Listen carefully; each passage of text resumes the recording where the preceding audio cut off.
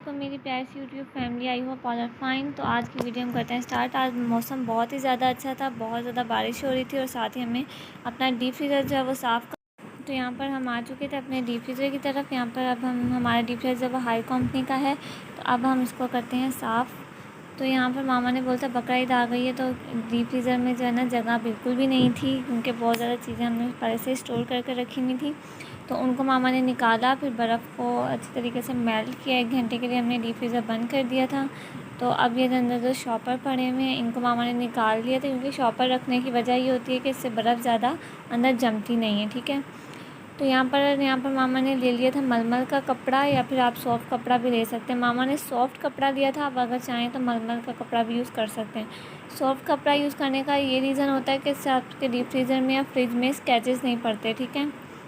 तो यहाँ पर आपने कपड़े को थोड़ा सा जो है ना गीला कर लेना है।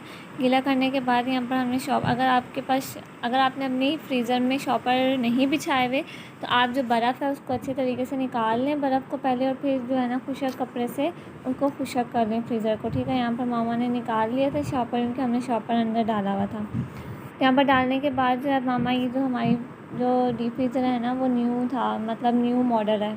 तो उसमें आजकल जो न्यू मॉडल की फ्रीज़र्स आ रही हैं ना, उनमें ये फैसिलिटी है कि नहीं, जो रबड़ है वो आसानी से आप लोगों की निकल भी जाती है और आसानी से अटैच भी हो जाती है। तो यहाँ पर मामा ने रबड़ जो है वो उतार ली थी, उसको अच्छी तरीके से साफ़ कर लिया था। साफ़ करने के बाद मामा ने रबड़ को वापस अटैच कर दिया, क्योंकि आजकल जो फ्रीज़र हैं वो इसी तरह के आ रहे हैं।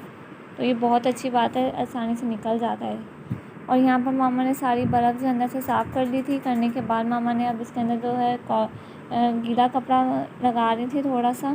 उसके बाद अब हाँ, गीला कपड़ा मामा ने लगा दिया था, और साथ साथ हमें डांट भी पीट रही थी वो इस वजह से कि हमारे डीप फ्रीज़र के अंदर देखें, आपको नज़र आ रहा होगा इसके वो ना थोड़े से निशान लग गए हैं। ये ना चीज़ों को ज़ोर ज़ोर से रखने की वजह से हुआ है, तो हमें थोड़ी सी डांट भी पीटी इस वजह से। तो उसके बाद मामा ने को मैं ये बोल रही थी कि अब ना यहाँ पर एक और ना मतलब गीला कपड़ा मार लिया, तब थोड़ा सा खुशक कपड़ा भी मार लेते हैं।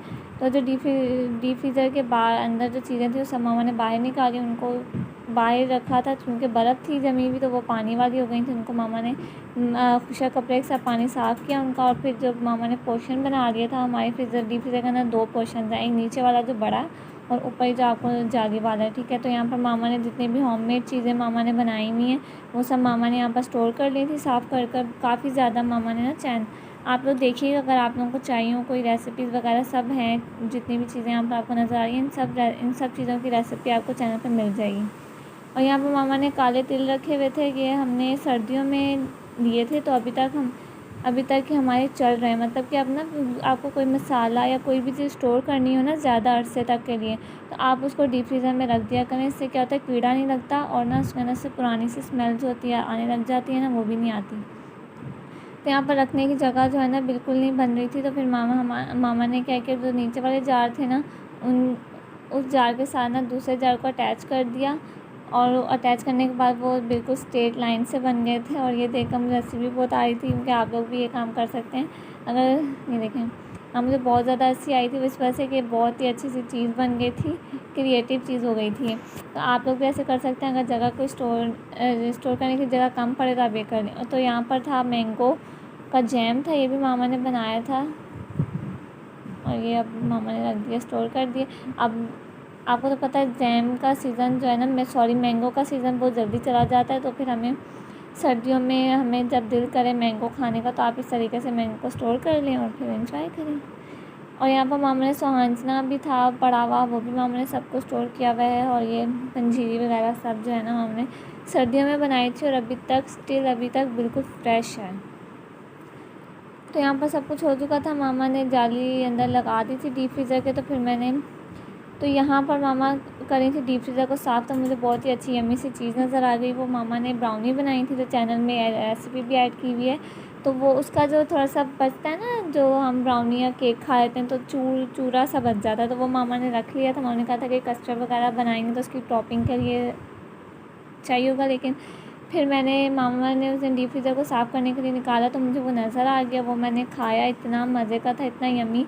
तो उसके ऊपर मैंने आइसक्रीम डाल कर खाई थी। आप लोग भी ऐसा कीजिएगा। अगर आपके पास आइसक्रीम ना हो तो आप वो क्या कहते हैं, क्रीम भी ऐड कर सकते हैं, तो बहुत ही मज़े का जो है ना बन जाता है मीठा। तो यहाँ पर सब कुछ हो चुका था। अब मामा ले आई थी गोश्त को साफ़ कर मामा ने रख दिया था। अच्छा हाँ, मैं ये करते हैं कि कुछ लोग होते हैं कुर्बानी में जो है ना, कुर्बानी का गोश्त आता है और फ़ौरन ही फ्रीज़र में रख देते हैं, साफ़ नहीं करते। तो ये बहुत ही बड़ी मिस्टेक होती है लोगों की। इससे क्या होता है, हमारे फ्रीज़र में भी गंद हो जाता है, स्मेल अलहदा आती है और आपके ना गोश्त में से ना वो स्मेल सी भी आने लग जाती है। ठीक है, तो आपने ऐसा नहीं करना। यहाँ पर मामा ने क्या किया था, मामा ने जैसे कुर्बानी का गोश्त आ रहा था, मामा ने साथ साथ उसको वॉश किया। वॉश करके मामा ने साथ साथ ही उसकी शॉपर्स बनाए, मतलब किस क्वांटिटी में कितने क्वांटिटी में हमने स्टोर करना था वो हमने शॉपर बना लिए। तो वो फिर मामा ने इस तरीके से डीप फ्रीज़र में रख दिया। तो अगर आपको शॉपर हैं तो आप शॉपर इजीली यूज़ कर सकते हैं, या वो बिरयानी वाले बॉक्स मिलते हैं ना प्लास्टिक के, तो जो मामा ने अभी दिखाया आपको, तो आप वो भी यूज़ कर सकते हैं, इसमें कोई इशू नहीं है। तो आपने इस तरीके से, क्योंकि लोड शेडिंग का बहुत बड़ा मसला हुआ है आजकल, तो इससे क्या होगा कि आपका जो गोश्त है ना वो फ्रीज़र तो आप कर देंगे, जो आप नहीं वॉश कर रखते ना, उनका बता रही हूँ, वो फ्रीज़र में गोश्त तो रख देंगे। लोड शेडिंग की जाहिर सी बात है, बिजली बहुत ज़्यादा जा रही है, तो इससे क्या होगा, वो जब वो गोश्त के अंदर जो ब्लड है जमा हुआ होगा, जब लाइट जाएगी तो वो मेल्ट होगा, तो वो आपके फ्रीज़र में स्मेल आएगी। तो इस वजह से आप ये मत कीजिएगा प्लीज़, रिक्वेस्ट है मेरी सबसे। तो थोड़ी सी मेहनत कर गोश्त को धो लीजिएगा। तो यहाँ पर मामा ने सब कुछ रख दिया था, और साथ ही मामा ने हमने वो जो क्या कहते हैं उनको, वाइट चने थे, वो भी मामा ने बॉयल कर रखे हुए थे। बहुत इजी हो जाती है वो, इस वजह से। ये देखें, मामा ने सब कुछ जो है ना बॉयल कर रखा था। वो अगर हमें चाहिए चाट बनाने का या चाट खाने का हमें दिल करे तो हम फ़ौरन निकालते हैं, ऊपर प्याज टमाटर वगैरह डाला और फ़ौरन खा ली। ये बहुत ज़्यादा सहूलत हो जाती है। अब आप सब ये मत सोचिएगा कि हमने रमज़ानों का रखा होता है, ऐसा कुछ भी नहीं है। मामा ने रिसेंटली ही कल बनाए थे, सॉरी नहीं, चांद रात से 2-3 दिन पहले मामा ने इसको बॉयल किया था।